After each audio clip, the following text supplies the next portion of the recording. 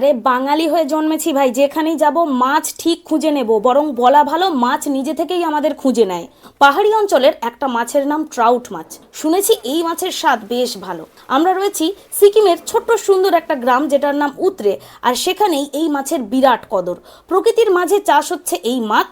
সাধারণত ঠান্ডা আবহাওয়ায় পাহাড়ি জলেই এই মাছের চাষ হয়। এই মাছের জীবন ধারণের জন্য প্রয়োজন হয় প্রচুর পরিমাণে অক্সিজেন, যেটা সাধারণত পাহাড়ি নদীর জলে বেশি থাকে।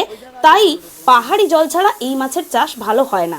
আশেপাশের মানুষজনের সঙ্গে কথা বলে জানতে পারলাম সাধারণত দু ধরনের ট্রাউট মাছ হয়, একটা নাম রেনবো ট্রাউট আর একটা নাম ব্রাউন ট্রাউট।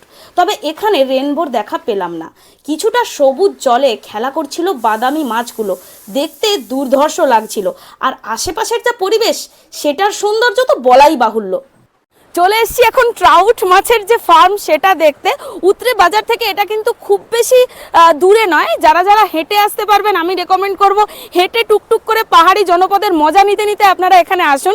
ডান দিকে আমার মাছের বড় বড় চৌবাচ্চা রয়েছে, আর বাম দিকের যে প্রাকৃতিক সৌন্দর্য সেটা একটু দেখাতে বলবো। মানে মাছের থেকেও এই জায়গাটার যে ভিউ সেটা অসাধারণ লাগছে। নিচ দিয়ে বয়ে যাচ্ছে একটা পাহাড়ি নদী, আর পাশেই সুপ্রাচীন বিশাল পাহাড়, একদম গাছপালায় ভরা, সবুজে সবুজ, সবকিছু মিলিয়ে একটা দুর্দান্ত পরিবেশ। খুবই দুঃখিত, কারণ হাতে সময় নেই, তাই মাছের স্বাদ কেমন সেটা আর এ যাত্রায় বোঝা হলো না। তবে মনে মনে ঠিক করলাম এরপর যখন এই এলাকায় আসবো হাতে কিছুটা সময় নিয়ে আসবো। এই নির্জন শান্ত পরিবেশ আমাদের মনকে শান্ত করে। উত্তরে গ্রামের বাজার থেকে এই পার্ক বেশ কিছুটা দূরে আর অনেকটাই ওপরে অবস্থিত। পাক খেয়ে খেয়ে আমাদের গাড়িটা অনেক ওপরে উঠে যাচ্ছে।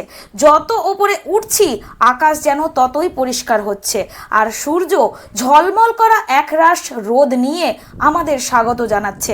সত্যি বলতে কি, এ এক আলাদাই অনুভূতি। এমনিতেই আমরা পাহাড় প্রিয় মানুষজন, তারপর পাহাড়ে যদি ঝলমলে আকাশ আর রোদ দেখতে পাওয়া যায় তাহলে সত্যিই মনে হয় পাহাড় হাসছে। তেনজিং নোরকে আর এডমন্ড হিলারি, এই দুজনের গল্প আমরা মোটামুটি সবাই জানি। তবে আমাদের কাছে গল্প বলে মনে হলেও পাহাড়ি মানুষজনের কাছে কিন্তু তারা ভগবান। তাদের স্মৃতির উদ্দেশ্যেই তৈরি করা হয়েছে এই পার্ক। এক কথায় বলতে গেলে পাহাড়ি সৌন্দর্য আর মানব সভ্যতার সাহসিকতার এক অপূর্ব মেলবন্ধনের উদাহরণ এই জায়গা। নীল আকাশ আর সবুজে মোড়া পাহাড়, মাঝখানে এই ভ্যালির মতো অংশটাতে তৈরি হয়েছে পার্কটা।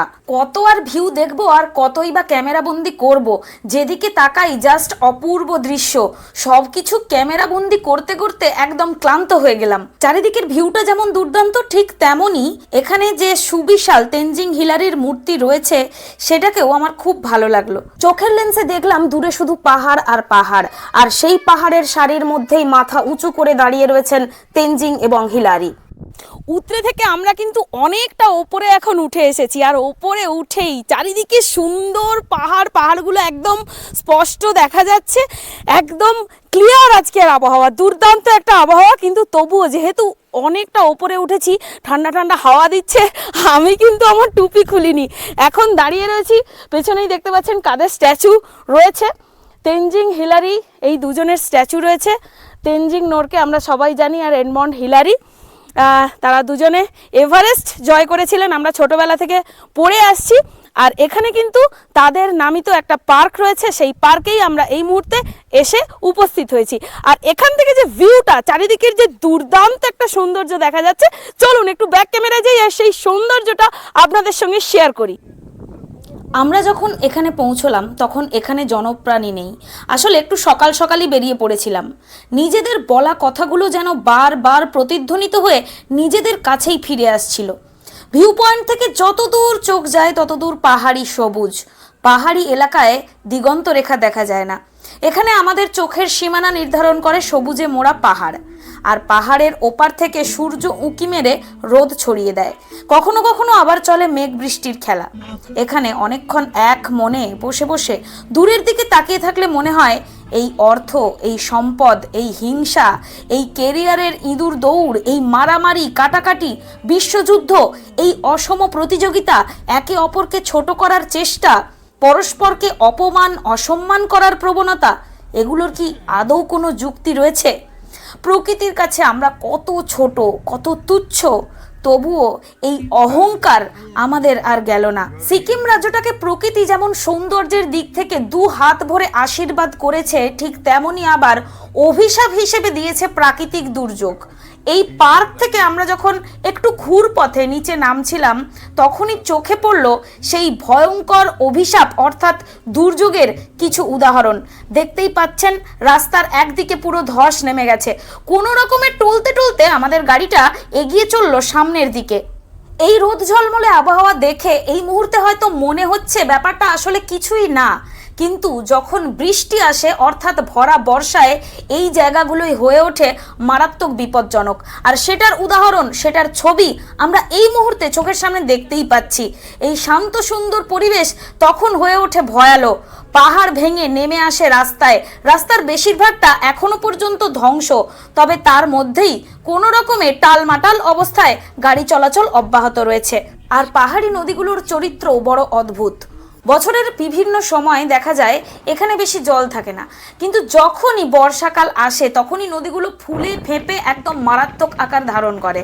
তিস্তার ভয়ালো রূপ আমরা আগেও দেখেছি, আর তিস্তার প্রকোপের ফলেই ধ্বংস হয়ে গেছে হাজার হাজার বাড়িঘর। সেই স্মৃতিও আমাদের কাছে এখনো দগদগে। চলতে চলতে আমাদের গাড়ি ঢুকে গেল অন্ধকারে কোনো এক অজানা টানেলে। আমাদের প্ল্যান ছিল সিকিমের এই ছোট্ট সুন্দর একটা গ্রাম যেখানে আমরা এতক্ষণ ছিলাম, সেই উতরে থেকে আমরা চলে যাব কাছাকাছি আরও একটা গ্রাম যেটার নাম রিনচেনপং। রিনচেনপংয়ে যাওয়ার ইচ্ছা আমার অনেক দিনের, কিন্তু বাদ সাধলো শরীর। বিশেষ করে আমাদের সঙ্গে যারা ছিলেন তারা একটু বয়স্ক হওয়ায় তাদের শরীর আর টানছিল না, প্রচণ্ড ঠান্ডা ছিল ওখানে। তাই সবাই মিলে সিদ্ধান্ত নিলাম এই ঠান্ডায় থাকতে যখন এত অসুবিধে হচ্ছে, তখন ভ্রমণসূচি একদম বাতিল না করে আমরা সমতলের দিক থেকে ঘুরে এলে কেমন হয়। ঠিক এরকম ভেবেই আমরা একটু নিচে নেমে এলাম। এই মুহূর্তে দাঁড়িয়ে রয়েছি করোনেশন ব্রিজে, আর করোনেশন ব্রিজ মানেই তো সেই চেনা পরিচিত জায়গা আর বানরের উৎপাত। সবাই কিছুক্ষণ মজা টজা করে একটু চায়ের বিরতি নিয়ে তারপর আবার যাত্রা শুরু করলাম। সমতলের দিকে নামবো সে তো ভালো কথা, কিন্তু যাবোটা কোথায় এই নিয়ে দীর্ঘ আলোচনার পর হঠাৎ প্রস্তাব এলো ডুয়ার্সের দিকেই যাওয়া যাক। সেই মতো ওদিকেই চললাম। মানে ঘোড়ার পথে যে কোথায় কোথায় যাই আর কোথায় কোথায় থামি তার কোনো ঠিক নেই। পেছন দিকে দেখতে পাচ্ছেন তো বাঘ বসে আছে। আপনাদের অনেকের কাছেই কিন্তু এই জায়গাটা বেশ পরিচিত, বিশেষ করে যারা আমাদের দক্ষিণবঙ্গ থেকে নর্থের দিকে আসেন তাদের কাছে তো এই জায়গাটা অত্যন্ত পরিচিত। করোনেশন ব্রিজে একদম সামনে দাঁড়িয়ে আছি, এটা হচ্ছে ঢোকার মুখ, মানে আমরা যারা বেঙ্গল থেকে ওইদিকে যাচ্ছি এটা হচ্ছে সেই দিকটায় একটা ছোট্ট চায়ের দোকান। আর সেই চায়ের দোকানে আমরা একটা ব্রেক নিচ্ছি, সেই ব্রেকে এখন চা খাওয়ার জন্য দাঁড়িয়েছি। একদম গরম গরম আদা দেওয়া ধোঁয়া ওঠা চা। ছোট্ট ছোট্ট পায়ে চলতে চলতে ঠিক পৌঁছে যাব